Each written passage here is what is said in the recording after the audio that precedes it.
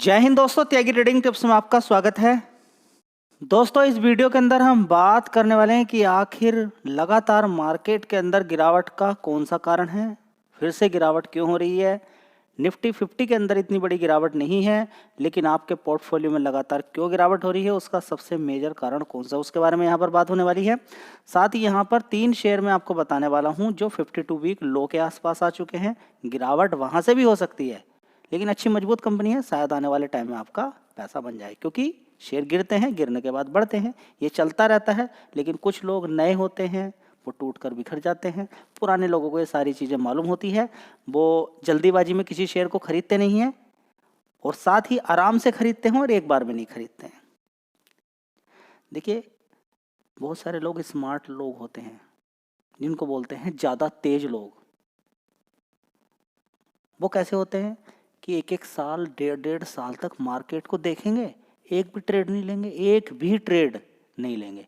ये भी एक स्टॉक मार्केट का पार्ट है, ये भी एक इन्वेस्टमेंट बैंक का पार्ट है कि आप अपने दिमाग का इन्वेस्टमेंट कर रहे हैं। आपने टच नहीं किया शेयर को, पूरे मार्केट के अंदर ज़बरदस्त गिरावट होगी, अब वो अपना पैसा लेकर आए हैं और ख़रीदारी कर रहे हैं। जी, ऐसे तो कोई रुक ही नहीं सकता है, अपने आप को बनाना पड़ता है। ऐसा नहीं कि एक साल में 50 ट्रेड, एक महीने में 50 ट्रेड मार रहे हैं आप। वो भी कौन सा स्टॉक मार्केट है, वो भी गलत ही चीज़ है, आता ही नहीं है। ठीक है, इन सारी चीज़ों को जितनी जल्दी आप सीख जाएं तो उतना फ़ायदा आपका हो सकता है। चलिए, तो सबसे बड़ा मेजर रीजन आप देख लीजिए कि डीआईज ने खरीदारी की है 3000 करोड़ की और एफआईज ने आज माल बेच दिया 3500 करोड़ का। ऐसा नहीं कि एफआईज खरीदते नहीं है, दिमाग से निकाल के फेंकिए कि खरीदते नहीं, खरीदा भी है आज देखिए 12000 करोड़ का, लेकिन बेच ज़्यादा रहे हैं। अब आप पूछेंगे कि बेच क्यों रहे हैं, देखिए ना, पिछले 3 साल पहले, 2 साल पहले, 2.5 साल पहले कहाँ मार्केट था। आप सिर्फ 1 डेढ़ साल पहले ही देख लीजिए मार्केट कहाँ था। जो शेयर्स जिनके अंदर आज बिकवाली कर रहे हैं वो कहाँ थे। देखिए, सारे लोग ऐसे नहीं होते कि हाई पे ही खरीदेंगे, उनको मालूम होता है कि कितने के ऊपर आसानी से खरीदा जा सकता है। अगर शेयर 20 रुपये का है और आज की डेट में 120 रुपये चल रहा है, लेकिन उसने 200 मारा, आपके लिए क्या हो गया, वो सस्ता हो गया, लेकिन उनके लिए अभी महंगा है। वही माल बेच रहे हैं अपना, और ज़्यादातर माल वहीं पर बिका जाएगा, तो वहाँ से भी गिरावट होती है।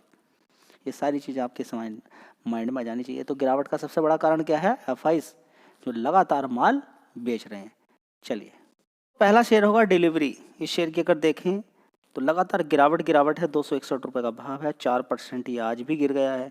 एक महीने के अंदर देखें 16% है, एक साल के अंदर देखेंगे 43% गिर चुका है। 5 साल के अंदर, 5 साल नहीं, मतलब कि जब से इस कंपनी का आईपीओ आया है 2022 से लेकर अभी तक अगर देखें तो इस शेयर के अंदर कितनी गिरावट हो चुकी है, हाई से लेकर 56% की गिरावट हो चुकी है। कितने का भाव होता था इसका, ये भी समझ लीजिए कि 668 रुपये का भाव होता था ऊपर की साइड में। कितना, 668 रुपये। ठीक है, 668 रुपये से लगातार गिरावट इस शेयर के अंदर चल रही है। वहाँ से गिरता गिरता आज की डेट में 261 रुपये आ चुका है। ठीक है, तो गिरावट हो चुकी है। मार्केट कैप भी देख लीजिए, 19,000 करोड़ का मार्केट कैप है। आने वाले टाइम में क्या होगा वो मार्केट ही बताएगा। फिलहाल मैं इस कंपनी के फंडामेंटल आपके साथ शेयर कर देता हूँ। सबसे बड़ा कारण ये तो है कि गिरावट, माल बेच रहे हैं बड़ा प्लेयर, लेकिन ये भी तो सोचना चाहिए कि माल क्यों बेच रहे हैं, कि नीचे सस्ता खरीदा था इसलिए। ठीक है, दूसरा क्या है कि कंपनियों की अर्निंग बड़ी कम आ रही है, जिसकी वजह से प्रेशर मार्केट के अंदर बहुत सारी कंपनियों पे बना हुआ है। 2194 करोड़ का रेवेन्यू एक साल पहले आता था, उसके बाद 2076 करोड़, उसके बाद 2172 करोड़, 2190 करोड़, उसके बाद देखेंगे 2378 करोड़। आप कहेंगे अर्निंग तो ठीक है, कंपनी का अच्छा खासा हो रहा है। देखिए, कंपनी खर्चों पे अपने कमांड नहीं कर पा रही। आप कहेंगे खर्चों पर भी कमांड है यहाँ पर। ऑपरेटिंग प्रॉफिट 100 करोड़ का उससे पहले 51 था, 96 उससे पहले 46 था, 46 करोड़ था उससे पहले 105 करोड़। आप देखेंगे कि 2 क्वार्टर में अच्छा खासा प्रॉफिट कंपनी को देखने को, ऑपरेटिंग प्रॉफिट अच्छा खासा है। एक साल का जो था उसको तोड़ना चाहिए था, लेकिन आप थोड़ा सा पहले जाएंगे तो कंपनी लगातार नुकसान पोस्ट कर रही थी। उसके बाद कंपनी धीरे धीरे आगे बढ़ रही है, लेकिन होता क्या है कि गिरावट और उसके बाद फिर उतना ही इसमें कंफ्यूज हो जाता है इंसान। लेकिन रिजल्ट्स को अगर देखें तो ठीक ही रिजल्ट्स हैं, इतने ख़राब हम नहीं बोलेंगे। ठीक है, फिलहाल यहाँ पर अगर देखते हैं तो 25 करोड़ का कंपनी ने प्रॉफिट दिखाया है। उससे पहले 10 करोड़ का था, उससे पहले 54 करोड़, उससे पहले 68 करोड़ का नुकसान, उससे पहले 12 करोड़ का, और उससे पहले देखिए लगातार नुकसान था। तो कंपनी धीरे धीरे प्रॉफिट में आने की कोशिश कर रही है, लेकिन उतना प्रॉफिट नहीं है जितना आप समझ रहे हैं। देखिए, जब कंपनी के अंदर बड़ा बड़ा नुकसान था तो शेयर का भाव ऊपर था। जब कंपनी को प्रॉफिट होना शुरू हुआ तो शेयर गिर रहा है। समझ में बात आ रही है आपको स्टॉक मार्केट क्या है? ये सारी चीज़ें आपको देखनी चाहिए।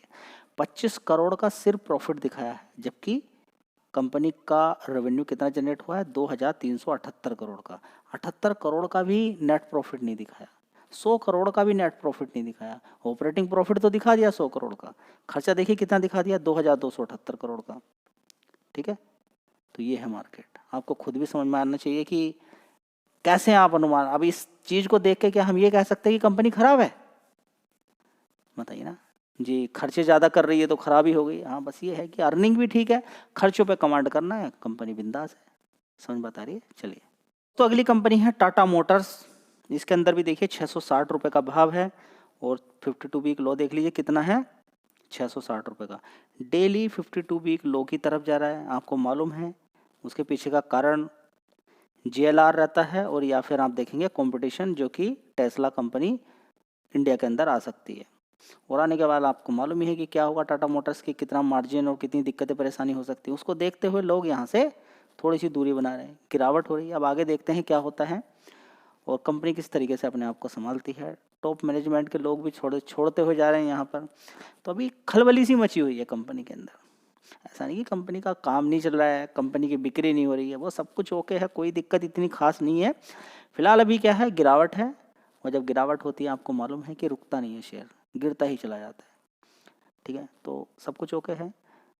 ऐसे फील्ड के अंदर कंपनी काम कर रही है जिसकी आने वाले टाइम में ज़बरदस्त डिमांड रहने वाली है। चाहो तो इस शेयर पे भी आप फोकस कर सकते हो। वरुण बेवरेजेस क्या करें इस शेयर के अंदर? देखिए, सबसे पहले मार्केट कैप देखिए इसका, ये छोटी कंपनी नहीं है, 1.61 लाख करोड़ का मार्केट कैप है। ना तो ज़्यादा एक्सपेक्टेशन कीजिए और बड़ी गिरावट पर ही शेयर खरीदना है, और वहाँ से भी गिरावट हो सकती है, इसलिए SIP करनी है। अच्छी कंपनी है, चाहो तो इस शेयर पर फोकस कर सकते हो। 478 रुपये का भाव है। आने वाले टाइम में आपको 550-600 रुपये तक के भी टारगेट, ये जो हाई था बनाया था इसने 586, यहाँ तक के 600 रुपये तक के टारगेट आपको आसानी से इस कंपनी के अंदर मिलते हुए नजर आ सकते हैं। ठीक है, आने वाले टाइम में।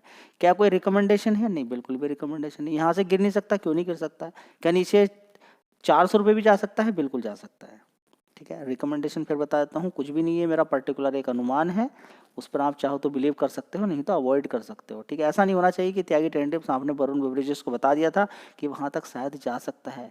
मेरे भाई, अपना खुद से अनुमान लगाइए तो सबसे बेटर रहेगा। कंपनी के अंदर पोटेंशियल है, कोल्ड ड्रिंक की डिमांड हमेशा बनी रहती है। आप देखेंगे ज़्यादा से ज़्यादा किसी भी चीज़ का एडवर्टीजमेंट आपको टीवी में मिल जाएगा, और डिमांड रहती है। आप भी देखेंगे जब भी कभी आप पार्टी वगैरह करते हो तो कोल्ड ड्रिंक का भी अपना एक पार्ट रहता है। चलिए, अगला शेयर होगा इन्फीवीव एवेन्यूज़ लिमिटेड। इसने भी अपना 52 वीक लो बना दिया है। देखिए 18 रुपये 41 पैसे के आसपास और 19 रुपये के आसपास चल रहा है।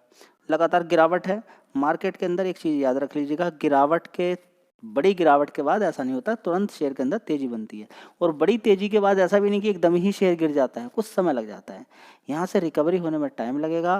देखिए, जब शेयर ज़बरदस्त गिर जाता है तो होता क्या है, आप खुद लगाइए अनुमान। क्या दिखाई दे रहा है? आप टूटा भी नहीं। टूटता इंसान तब है जो सुबह उठकर डेली देखता है कि ये तो नुकसान ही है, अभी तो होली आने वाली है, उसके बाद दीपावली आने वाली है, मेरा तो उधर की साइड में पैसे का था, मुझे तो उधर पैसा लगाना था। तब जाके इंसान टूटता है, तब जाके वो बेचकर निकल जाता है नुकसान पे।